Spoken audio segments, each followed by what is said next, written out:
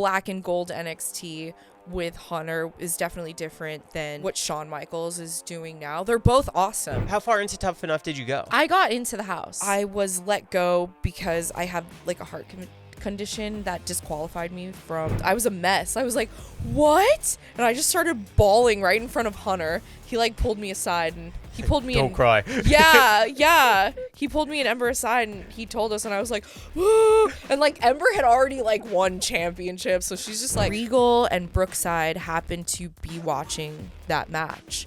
And you didn't know they were there? I didn't know. No, I had no idea. I'm glad I didn't know, because How's life? How's Matt Cardona? oh my goodness, don't get me started with Matt Cardona. You have the title. Yes. I saw you sent something. I almost brought it. I wish you did. I know, I really wish I did too, but I was like, oh my God, what if it gets stolen? Then you really wouldn't let that go. No. So you have it right now. I do, yeah, it's in my hotel room right now. Where do you see this all going? I'm not sure, but I'm kind of loving it, you know? I'm having a good time with Matt. Was he someone that you've wanted to have a feud with? Unknowingly, yes. It's kind of funny because I spent New Year's Eve at their house. Like, Chelsea invited me over to their New Year's Eve party. And at the time, I was being told by WWE Creative that I was going to start a feud with Chelsea. And then I thought, like, oh, this is like a sign that we're going to like have a good year, maybe like a good feud together. And then I got let go. And then little did I know, it was just a sign that me and Matt were going to have like the biggest indie feud to ever exist. And it worked out perfect. I did find something that I wanted to get your reaction on. Yeah. Now, I was stumbled upon this from 2016. You and Chelsea. Oh my God. What memories does this bring up for the two of you? Okay, so funny because I was just back home in the Bay Area, and I wrestled at BTW, which is one of like the promotions there that I like first worked for, and I ran into the guy who runs Gold Rush, and we were talking about that match specifically. Like, just a couple days ago, he was like, man, I remember like me coming up to you because I was champion at the time, and he was like, who do you want to wrestle? Like, who is somebody that you really want to get in the ring with? And I immediately was like, Chelsea Green. Please bring her in. And he flew her in for me just so that I could have a match against her. So that's how that match happened, because I asked for it. Was that the first time the two of you went at it? I think so. Wow. Yeah, I think it was. I met her at Tough Enough, and we kind of clung together immediately during the tryout, because me and her were like the only two indie girls there. Like, we were the only ones with like wrestling experience, so we just got along immediately. And I've just always loved Chelsea.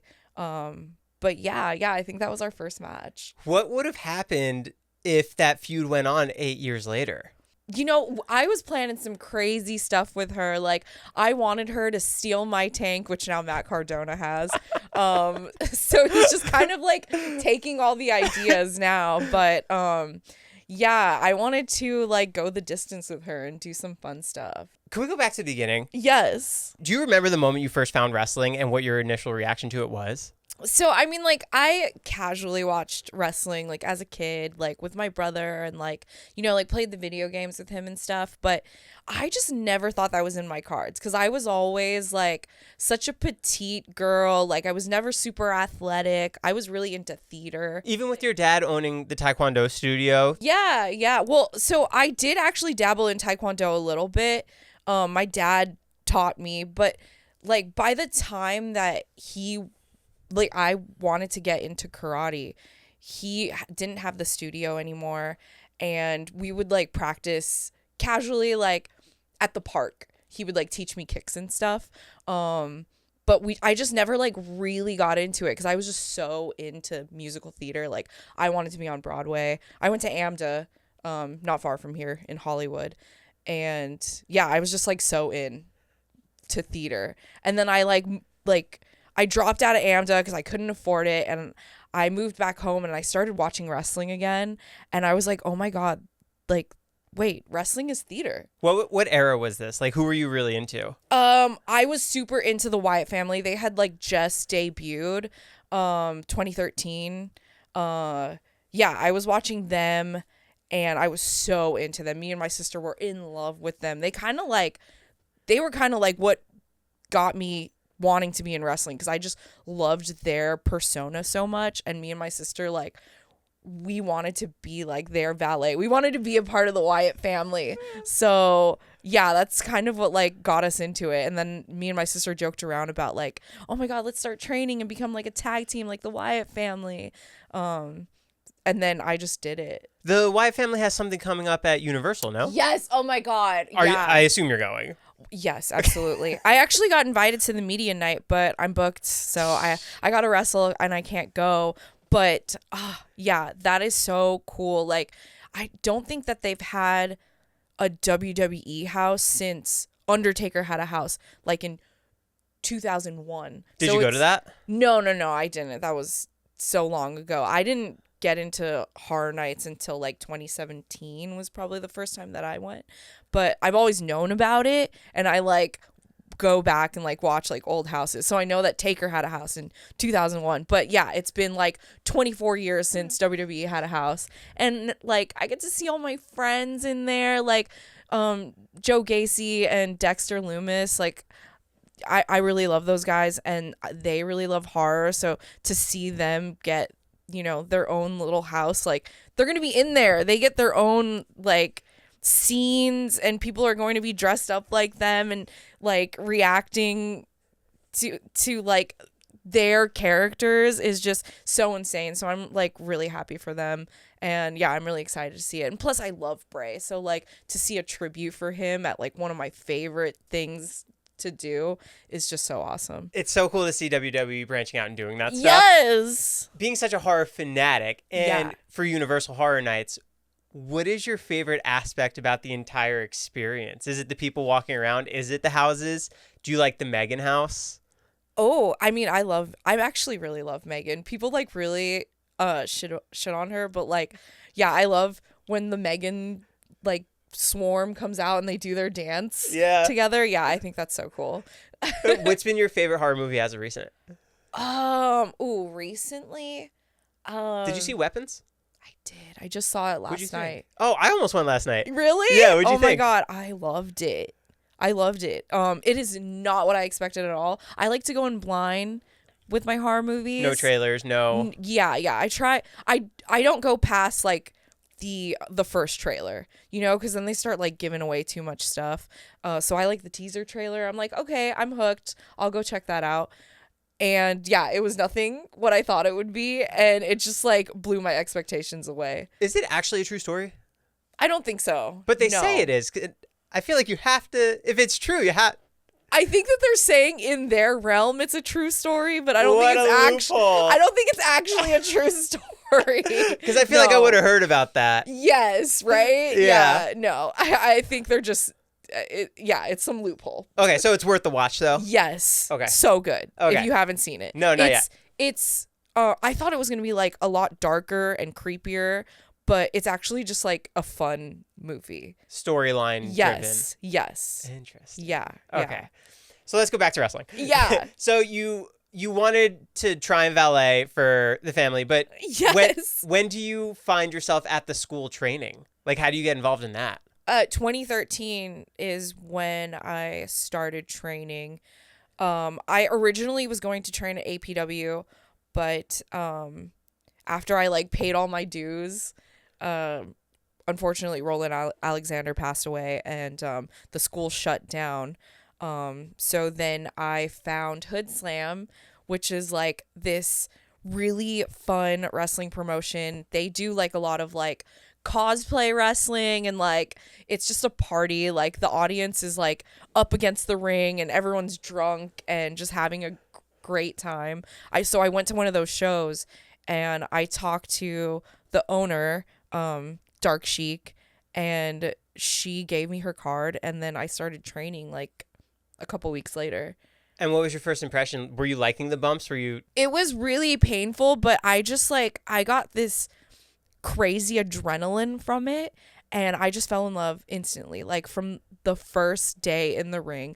And I was terrible. Like the rolls were really hard for me. Bumping was terrible for me. Like I was bumping on my head. Like, it was just not working out, but I loved it. And I was just obsessed with getting better. Did you have any matches with anyone who's wrestling now? Like back then? Yeah. I mean, all of my like trainers and stuff are still wrestling. Like, I still go down to the school and hang out with them. But Mansoor, he also came from my school. He started like the same month that I started, and he was only like 16 when he started there. Yeah, like he was like coming in, like finishing his homework and then getting in the ring with us. So yeah, I grew up with him. He's like my little buddy that, you know, made it to the big stage. How do you compare the indie circuit then to how it is now? Oh, would you say it's a little easier for you to navigate? Well, I mean, obviously you have a name and yes, it's different, but yeah, it's different, like coming back to the indies with like a WWE name now for sure. But like, I don't know, I'm kind of just like coming back to what I left off. Like, I'm working at all like the same promotions that I was working at before I got signed, which is crazy because that was like 6 years ago. And I don't know, it's kind of the same. What else do you want to accomplish in the indie circuit? Because I know you want to prove stuff, but what else is on that list? I mean, like right now I'm just like focused on having a good time and like, you know, just like telling fun stories. That's why like this like feud with Matt is so important to me, because I'm just able to do whatever. And we actually have like a lot of really awesome things planned too, that I haven't shared or might be out by the time this podcast comes out. But yeah, I'm just having so much fun, and that's all I'm focused on, is like just having badass matches and having a good time, which is kind of hard right now because I still have a broken arm. It's broken right now. It is broken right now. You don't have a cast. I know, because I cannot keep that stupid thing on. It is so sweaty and gross and constricting, which it's supposed to be. But surprisingly, it hasn't gotten worse. Like, I just got an x-ray a couple days ago, and I'm at like the 7-week mark, and my doctor said that it's healing perfectly. That's shocking. Yeah, and he actually told me, like, when I first, you know, found out that I broke my arm, he was like, I think you need surgery, or you might like lose function, like lose mobility. This, like, mobility in your arm forever, unless you want to re-break your arm and have to do it the hard way. But I was just like, man, like, I really don't want to stop wrestling. Like, I just got back to the indies, so I was just like, you know what, doc, I'm gonna be honest, I'm gonna keep wrestling, and I'm just gonna see what happens. And it's actually working out. He said that it's healing really well, and I do have a lot of the function still, so I'm hoping that more of it comes back as I'm healing. So we'll see. How does it work running in the indies now for you? Are you handling a lot of the booking and all the travel and everything? I do. I do have an agent, but yeah, I do like book a lot of my own stuff and even my own travel, just because like I'm so particular on my travel and everything. So like I will just like go to promotions, be like, hey, I'm gonna book this flight, can you just reimburse me for it, you know? Yeah I'm just like so particular on like flights and hotels and stuff. And I think that's because like with WWE you have zero say in that, so like it's nice to like pick my own travel now that I'm independent.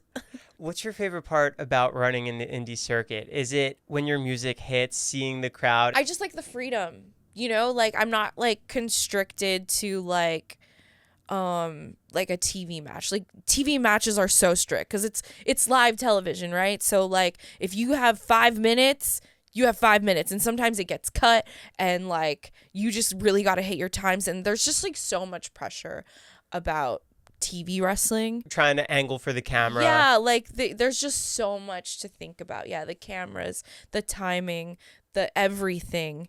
And on the indies, you don't have to think about any of that. You just go out there and you just put on a good show, and you work the crowd, and you're feeding to the crowd. Like, you know, like wrestling on TV, you're feeding towards a camera.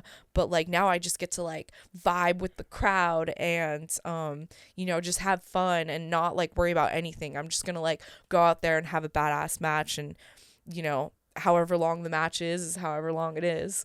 What are you thinking as soon as the match is over? Do you criticize your performance of how it was? Oh yeah, absolutely. I feel like I'm doing that less now. Like I truly am just having fun with like, with like TV wrestling. It's easy to like be so overcritical that afterwards you are just like nitpicking every single movement and dissecting every like moment. But on the indies, I'm just like going out there and having a blast. And I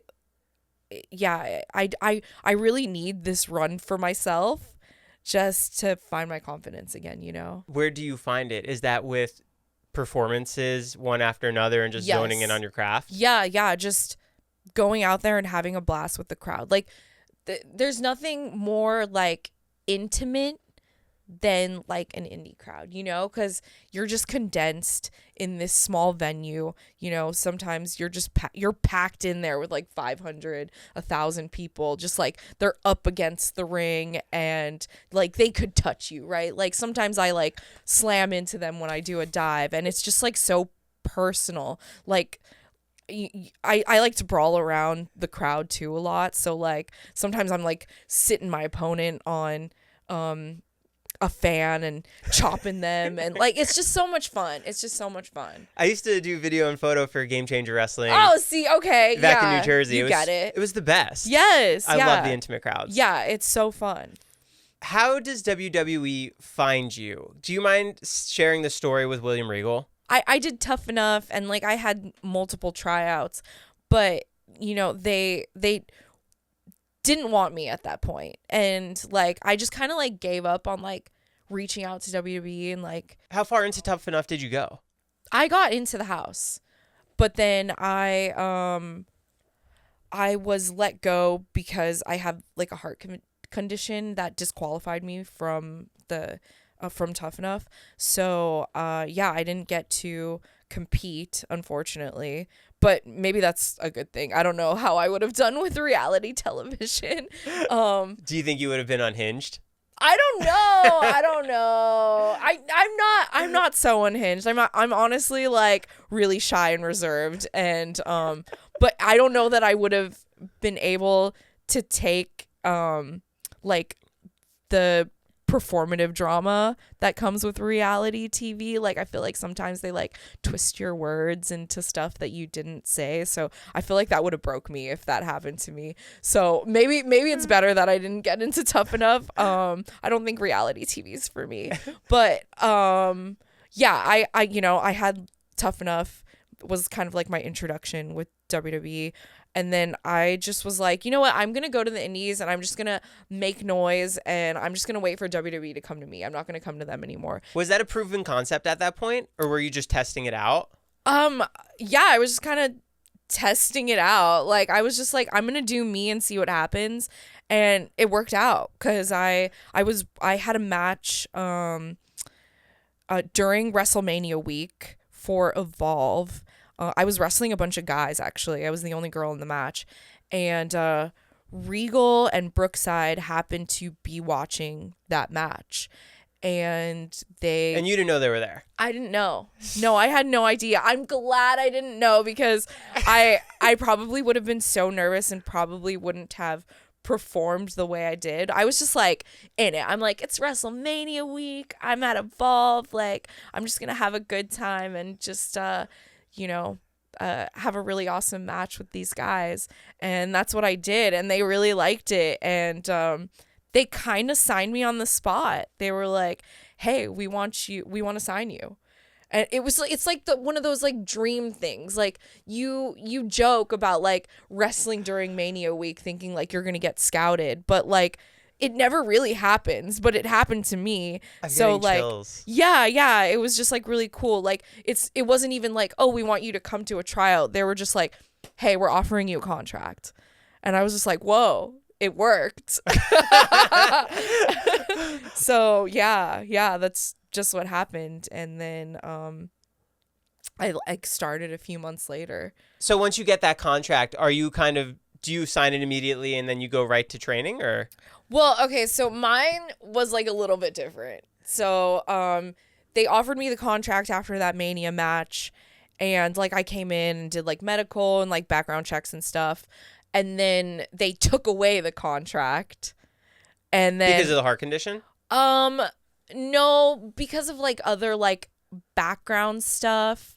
They were like, "Oh yeah, you're not really what we're looking for anymore." And then AEW got on TV, and then they really wanted more girls to be TV ready. And then in October, that same year, they messaged me back and they were like, "Never mind, we want you right now. Can you start in 2 weeks?" And I was living in Indianapolis at the time. And I was like, absolutely, yeah. So I just like packed all my shit in a U-Haul and drove over there immediately and started 2 weeks later. What'd you think as soon as you got into the company? Oh, Like, was it what you expected? Yes and no. I didn't know where I would fit in, but everything just kind of clicked when I got there. Like, I was having really fun with the training. Like, I felt like I was really killing the classes, and like the coaches really liked me. And I think that's why like you saw me progress on NXT so quickly. I was only at NXT for a year and a half, and I feel like I did a lot in that year and a half, hosting Halloween Havoc and, being the captain at War Games and holding the tag titles. And yeah, it was a dream year and a half at NXT to just come in there and just do everything that I wanted to do at NXT. And they just understood me completely. Like, Hunter really just understood my character and loved it all. Like, I just went from the indies and took exactly what I was doing there straight to NXT. When the company gives you these opportunities, does it feel surreal that all these things are happening? Absolutely. Yeah. And that first year too, like, they let me be on Rumble. I was signed for like 2 months. And then they called me the day before Rumble, and they were like, "Hey, we need you to get on a plane. You're going to be in the Royal Rumble." And I was like, "What? You guys just signed me. Like, this is crazy." So yeah, it was that first year was just like, what is happening? Everything was happening so fast, and it was just so surreal, because I was just like, whoa, like 2 months ago I was wrestling in front of 50 people on the indies, and now I'm in the Royal Rumble. All these opportunities are given to you because of the training and the experience that you're putting in. Yeah. How are you trying to sharpen your craft at that point? I mean, like, I've always been like a pretty hard worker, like especially like once I got to NXT, I was like, I really need to take it seriously. I love training. And I wanted them to see that. I was, at the PC at like 7 a.m. I was always the first one there and the last one to leave. Like, that's the impression I wanted. I always got there like hours before anyone else, and I always stayed for all of the open ring. And I think I was rewarded for that. And that's the nice thing about NXT is they see how much work you put in, and they do reward people for putting in the work. Who are your favorite coaches there? Oh my God. I mean, obviously Sarah Amato, she's a pioneer for the women at NXT. Like, because of her, you have the great matches like Sasha and Bailey at, the takeovers they did at NXT. And, she really like lifted the women's division. But Norman Smiley, he was one of my first coaches. I love him to death. Terry Taylor, I am super close with. Like, he's, he was always one of my biggest cheerleaders for sure. Like, he always had like a really nice thing to say to me, and even when I was released, he gave me a really nice phone call. And yeah, I really love Terry. Working under Shawn Michaels, Triple H, do you feel different environments backstage based on who's kind of running the show? Yeah, I would say that like the NXT, the black and gold NXT with Hunter is definitely different than what Shawn Michaels is doing now. They're both awesome. But yeah, definitely different environments. NXT has changed a lot since I was there when Hunter was running it. Your schedule's so busy and crazy now. Are you still keeping up with what's going on in WWE? I try to. I still have friends there, so I try to watch. I mean, I still watch all wrestling. I watched all wrestling when I was at WWE. I still kept up with the indies and AEW and oh really? Yeah, even when I was there. So yeah, I try to. But there's so much wrestling now. It's like every week there's something going on. Yeah, it's like every week there's a pay-per-view. Yeah. And all the shows that lead up to the pay-per-view, and yeah, sometimes it's hard to juggle everything, but I at least try to skim through and watch all the women at least. Yeah. I try and get all the women's matches in my mind. When you get invited for the Royal Rumble, what goes through your head that you're going to be part of such a monumental event?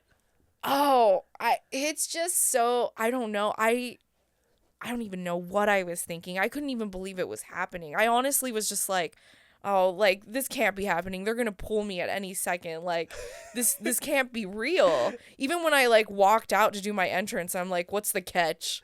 Am I being punked? Like, yeah, it was just surreal to me. But then it was just like, I just like reflected on, all my years on the indies leading up to that moment, because, the indies before getting signed was really hard. Like, I was sleeping in airports, getting paid nothing, driving, 10 hours to shows by myself, just really being a road warrior, and just paying my dues and getting paid nothing.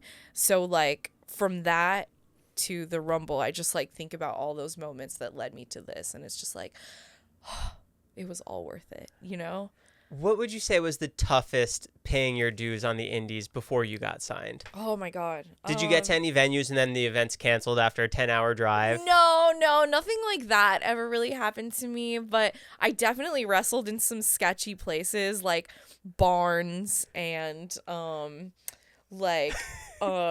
restaurants and flea markets. Oh, and restaurants. Like I've wrestled in like Mexican restaurants before, and like, flea markets and barns. Like, I made my entrance and I'm walking on hay and dirt and getting it in the ring, and there's like cows and pigs like in the distance, like crazy stuff like that. Like, I'm literally changing in the barn, putting on my gear. And then once you get out there, it must all feel worth it because you get to actually feel the crowd. You have somebody to do your dance with. Yeah, exactly. Wow. Yeah. Have you caught WWE Unreal on Netflix? No, I haven't gotten to that. I've seen like a little clips that people post on Twitter, but no, I haven't gotten to like sit down and fully watch it. Oh, okay. Like, it's hard for me to even keep up just with like the actual wrestling, let alone like,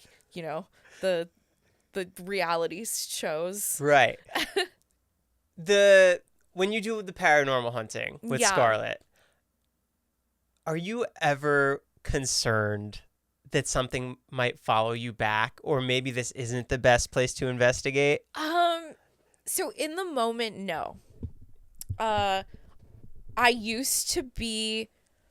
What do you mean in the moment? Like, are you thinking about it? Like, hey, we probably shouldn't be at Lizzie Borden's house. Well, okay, so no, in the moment, I'm like feeling it. I'm like, I'm invincible. But then it's not until afterwards that I'm like, what the did we just do? Because usually, like, after we go and investigate, I go back to my hotel room all alone, and I'm just sitting there with my thoughts, and I'm just like, oh my God, what if something followed me? Like, I'm all alone right now. Like, it could just take me away right now, and no one would know because I'm all alone in this hotel room. So, it's not till afterwards that I'm like, the scares kick in. What's the scariest thing that happened during these? Like, do you fully believe in the afterlife? Well, I do. Yes, absolutely. Absolutely. Yeah, I believe in all that stuff. I'm very spiritual for sure. What's the scariest thing that's ever happened? I mean, like I say it all the time, like, you know, we were at Lizzie Borden's and Scarlett levitated, but even that wasn't so scary to me. It was just like kind of fun and like wild, and as scary as Lizzie Borden's house is, and as much as I believe that it's haunted, I feel like the spirits there aren't dark or like can do like the evil. Like I don't think they're evil or malicious or anything there. But there is a house in Texas that we've gone to twice actually. Huh. It's called The first one wasn't good enough. Yeah, well, it was so scary that we had to go back again. It's called Hill House, and the first time we walked in there, and we didn't get this on camera because we were just setting up. We walked in and we heard like a growl come from one of the rooms. And we immediately knew like, okay, this place is fucked. This is not a fun place.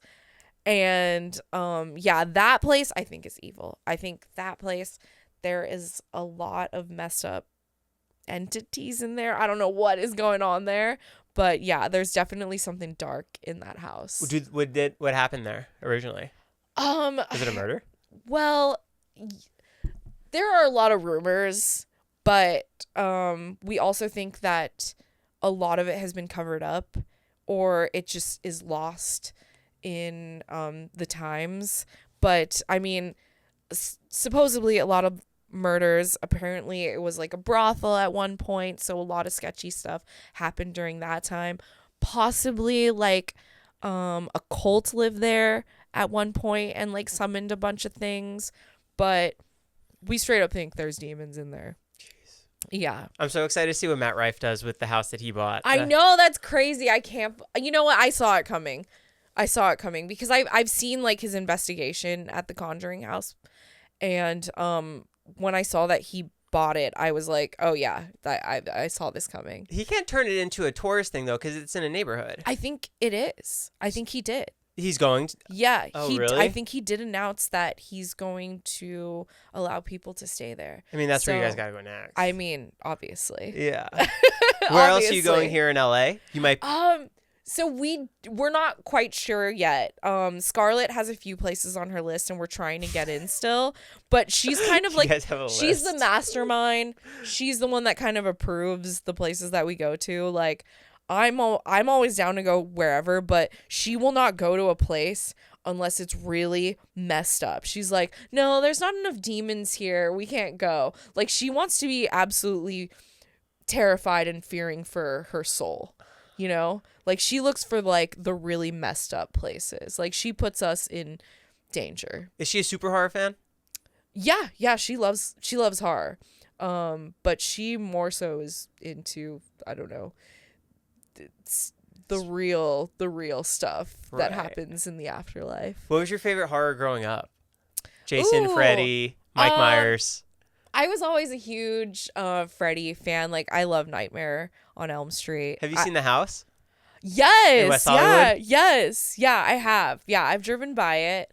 But he was always my favorite because he's so campy and like he calls everyone bitch, and like he's just so funny to me. I love the Jason versus Freddy movies. Yes, they're so good. They're so cheesy. I love it. I want to see a Megan Chucky movie. Yes, that is what I was hoping that they were gonna do a Megan versus Chucky house at Horror Nights. That would be sick. Right? That'd be really cool. Yes. We have to pitch it. Yeah. Did you ever see Prom Night? Yeah, I have. I talked to the actor the other day. Very cool. He got killed off camera, which was a bummer for him, he said. But okay. That was one of my favorites growing up too. Yeah. You ever see, is it Killer Girls or The Last Girls? The Last Girls? No. That's like a campy poke at horror movie. Oh, wait, no, I've seen this. It's like recent-ish, like in the last like 10, 15 years, Yes. right? Yes. It's yeah. pretty campy, but I Right. like it a lot. Yeah. They're kind of making fun of like the final girl. Yes. Yeah, I forgot about that one. That was a good one. I liked that one, actually. Really good. Yeah. Good recommend. Okay, yeah. When you wrestled Ronda Rousey, does she have a different kind of power to her coming from the UFC? Do you feel anything like that? Like power as... Like strength? I would say so. Yeah? Yeah, for sure. She could definitely manhandle me. I know she could probably kill me with her bare hands, for sure. But, like, she knows how to work it, as you should when you become a wrestler. But she could definitely fling me around, for sure. Do you have a favorite match of yours? Oh. Like, if someone you just met wanted to watch your best match, what would you tell them to watch?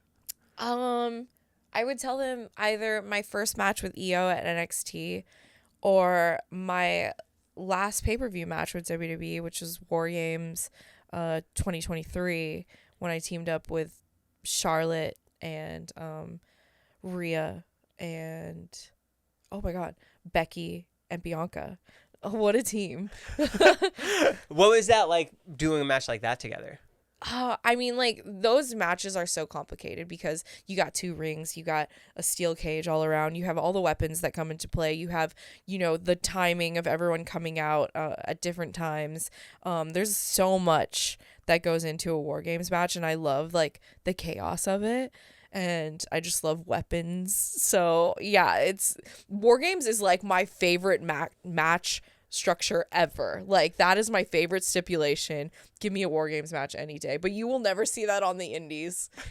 Unfortunately. Do you like the Game Changer matches, doing like death matches out there? Yeah, absolutely. I love death match wrestling, but I always tell people that I'm not a death match wrestler because I don't want to hold that title, because I have a lot of respect for death match wrestlers. They go at it every week. Sometimes multiple times a week. Like, I was just on tour.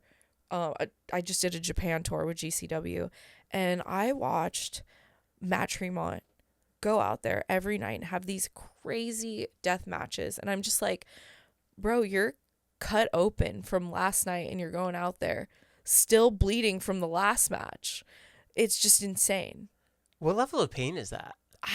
That's what I wonder. I'm like, you're just in constant pain, right? You're just like, you're like constantly healing a wound that just never closes. You just reopen it every week. It's just wild to me. Like, deathmatch wrestlers are just on a whole nother level. I have so much respect for them. After you have a really intense match, what is your body like the next day? Oh my God, I'm such a baby. Like, in the moment, I'm like, yeah, throw me through glass, I don't care. But then afterwards, I'm like crying to my husband in the hotel room, being like, there's little tiny pieces of glass in my back and it hurts so bad. Like, that, the shower after a death match is worse than the actual death match. It's just stinging. Yes, it's the worst. Like, the warm water hitting your back, and then you feel like every tiny little glass shard in there. It's painful, and it's like impossible to clean them out. It's the worst. It's the worst. What do you need for your body as soon as you finish? Do you try and look for food? Like, do you need an apple? No, my adrenaline is up so much I can't even eat. I need Bactine. After a death match, just spray my back with Bactine so it numbs the pain. Being such a horror fan, what movie would you want to be killed off in? I want to be killed by Freddy. Like, he's always been my favorite slasher, and I just want to hear what one-liners he would say to me before killing me. You know what I'm saying? Have you ever met the actor? What's his name? Robert Englund? Yeah. I have, yeah. How was that? Oh my God, it was surreal. Yeah, he was so sweet, and he took his time with me. I told him that my name was Shotzi, and he was like, Shotzi, that's such a cool name. And then he was like, you know, I met a Shotzi once. I met her at a bar, and she was the coolest girl I ever met. She like was wearing this really cool beatnik hat, and she was smoking a cigarette, and I just thought that she was the coolest person ever, so you have a cool name. And I was like, oh my God, what a win. Yeah, he had the longest line ever. Like, I think people were waiting like 8 hours that day to meet him. I luckily got to cut the line because I was working that convention that he was at. But yeah, he was giving everyone their moment. So cool. Yeah. Can you talk about your look and how you landed on green and everything when you come out to the ring? Yeah, I don't know. I've always been dyeing my hair crazy colors, giving my mom a heart attack since I was 12 years old. Oh, even as a child? Yes. Yeah, I was really sneaky. I would, YouTube on how to dye your hair, and I would just go and buy hair dye and experiment in my bedroom, and then I'd come out and my mom would be like, what are you doing? Like, I would sneak off and find people who would, give 12-year-olds piercings and come home with piercings, and my mom would have a heart attack every time. Like, she's from the Philippines. She's super old school. She does very traditional. Yeah, very traditional. And your dad was a Hell's Angel? And my dad was, biker dude with tattoos, rock and roller, like the complete opposite of my mom. So he loved my self-expression. Like, he took me to get my first tattoo when I was like 15. And what was it? I have the drama masks on my back because I was a big theater nerd. I was like, Mom, I will never regret this tattoo. Please let me. And then she was like, whatever, let your dad take you, I guess. So that's wild that my mom let me get a tattoo that young. But I think she knew that I wasn't gonna change. Like, this is not a phase, Mom. And then do you just land on green as like, oh, this looks good, I'm gonna make this the look? Yeah, well, okay, so I started with red, but then everyone kind of started doing red because Eva Marie did the red, and I wanted to change it up. I wanted to do something different, and I feel like green is such like a horror color, like Frankenstein and Creature from the Black Lagoon. And, it's very synonymous with it. Yes, yeah. And I mean, green is also like the heart chakra. And, I'm Shotzi Blackheart. So it all kind of like pieces together. Yeah. Yeah. How'd you come up with the tank? I mean, I kind of just stumbled upon that one. I've always been a fan of Tank Girl. I always thought like her aesthetic was really, really cool. And I was coming out with the helmet for a while. My trainer actually gave me my helmet. I've had it my entire wrestling career, and I saw that tank at Walmart, the little tiny tank for children. Did you build on it? WWE did. Oh, okay. I just brought that one in. I added like a skull and a TCB to the front of it, but that was it. I like spray painted a little bit so it just looked a little grungier. But WWE is the one that like really built it up. And TCB, taking care of business, Elvis. Yes, yeah. I love Elvis. Elvis is daddy. Elvis is king. Was your dad into him too? He was, yeah. My dad got me into him, but my mom was also into Elvis. Like, she loved playing Elvis, especially during Christmas. She loved Elvis's Christmas album, and that was kind of like my first introduction to Elvis, and I've just been in love with him ever since. Like, just how like flamboyant he is, like his jumpsuits and just the way he presents himself, I just always thought was so cool.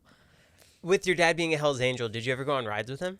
Yeah, he used to pick me up from school on his motorcycle all the time. The whole group coming in? Yeah, sometimes. Like, by the time I, was in like kindergarten and stuff, my dad was kind of over being a biker. Yeah, by the time like I was born, my dad was like starting to like get away from that. But I mean, like, I would still like, he would bring me to like parties and stuff, and like my godfather is a Hell's Angel. He was like the president of Hell's Angel in Oakland. So yeah, definitely was around Hell's Angels a lot. Wow. Yeah. When WWE comes to you with the action figure, how do they figure out what gear you're going to be wearing? Do you have input or say on that? For like the figures? Yeah, the one that's behind you. Like, no.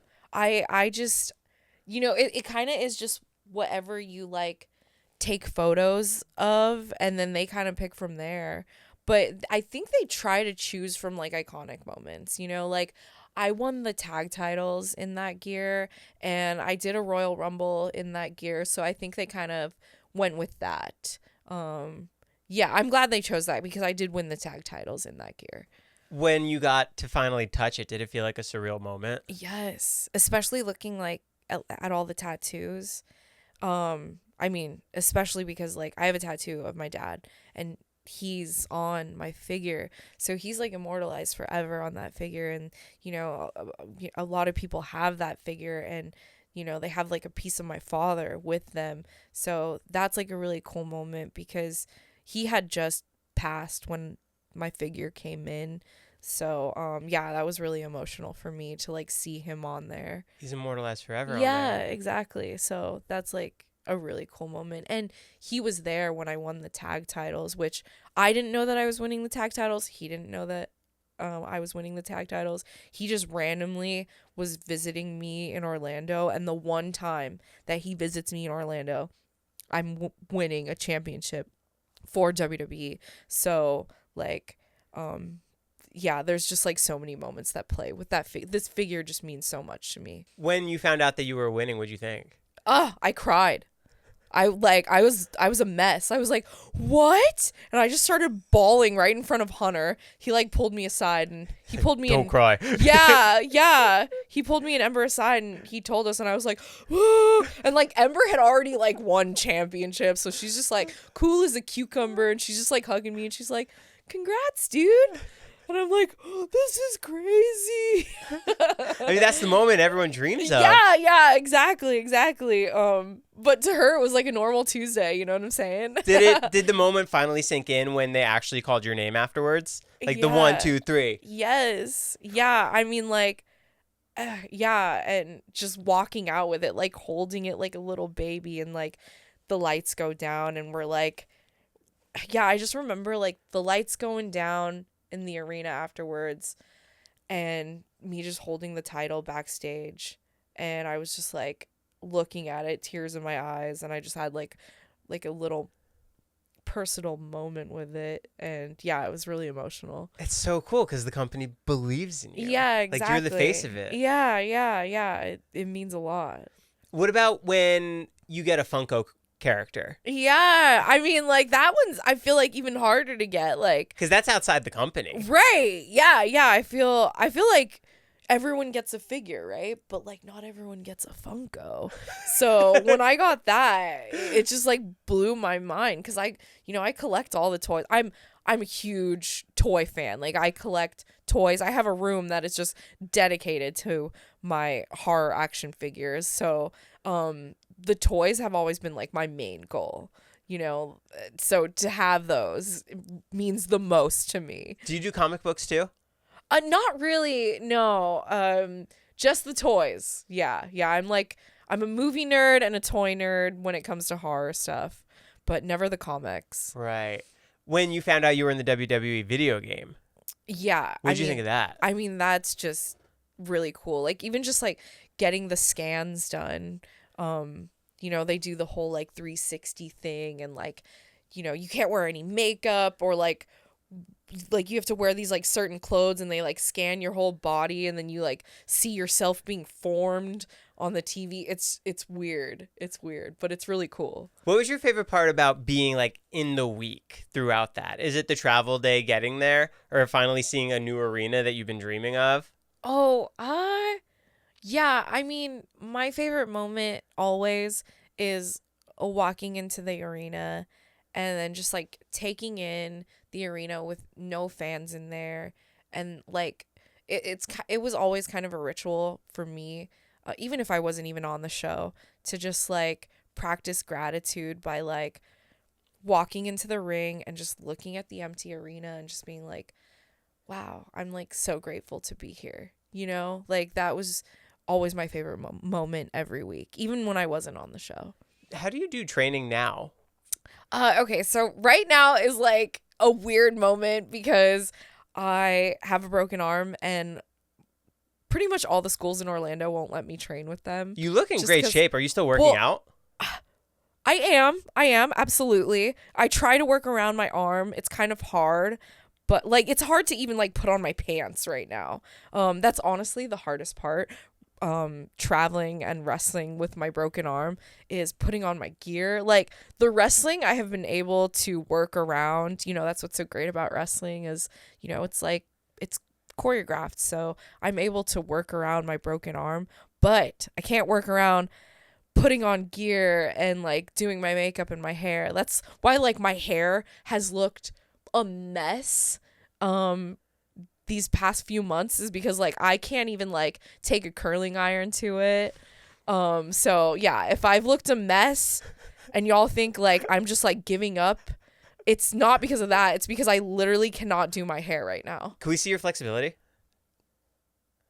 Like, can you go back? Well, yeah, no, this is all fine. It's just like this rotation for me is hard right now. But yeah, like it looks a little crazy. Like you can see, if I could pull this up, you can kind of see like the bump. Like, it's yeah. Like, right? Like I'm like that's pretty broken. Yeah, that's like super broken. The x-rays look pretty gnarly, to be honest, but I'm healing well, my doctor said. So I think like one more month with the cast and I'll be good to go, and I'll be on fire. I saw the red rum tattoo.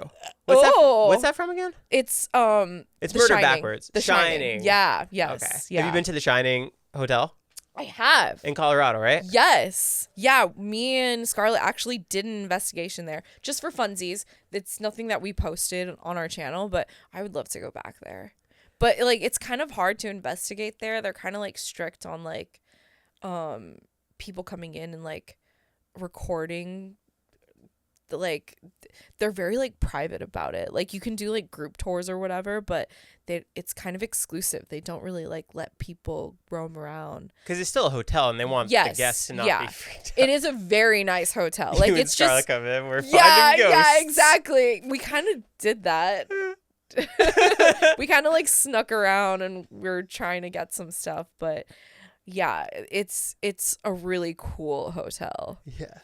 Is it tough staying in shape, being on the road for the indies? That's the most difficult part, because like finding healthy food and like just finding time to get a workout in when you like fly in and you're like jet lagged.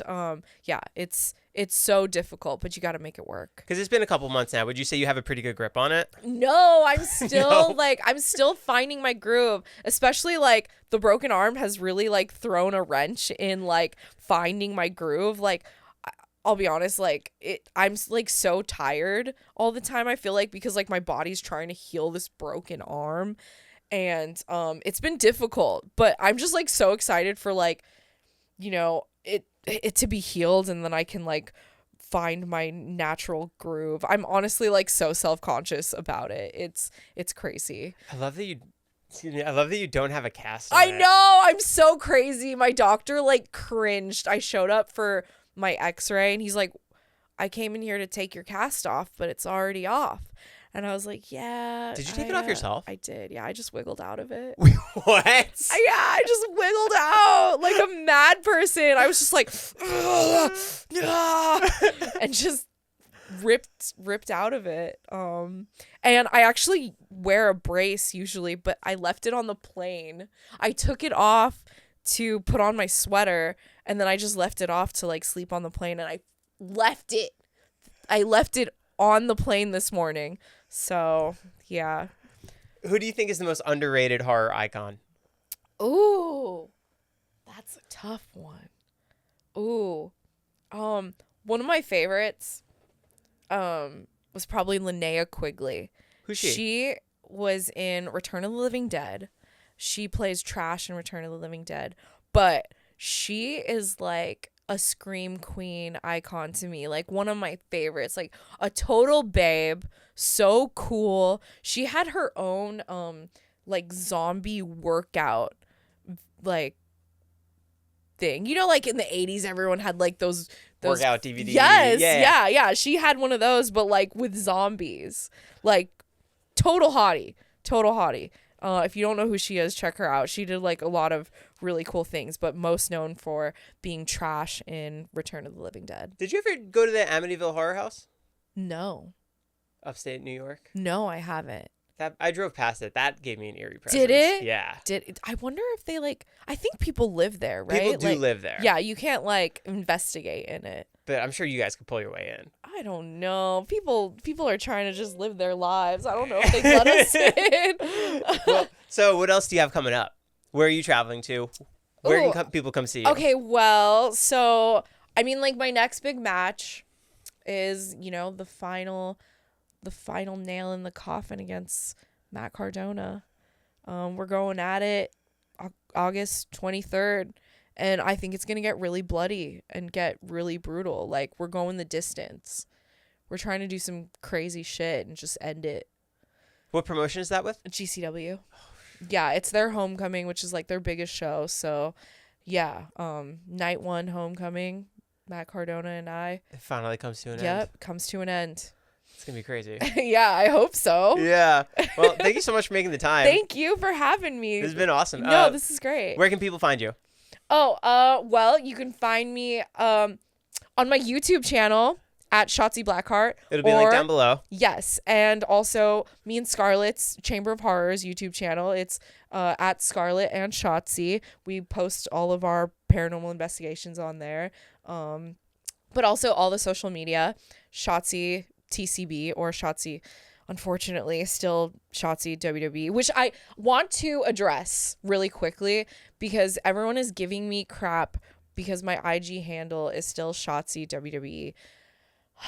I have tried for the life of me. If anyone that works for Instagram can help me and is watching this, I'm trying to change my Instagram handle because I don't work for WWE anymore. And trust me, I'm not trying to just hold on to the WWE name. I really do want to change it, but I don't know why I cannot get through to anyone at Instagram to change my handle. Is Shotzi available? Just Shotzi?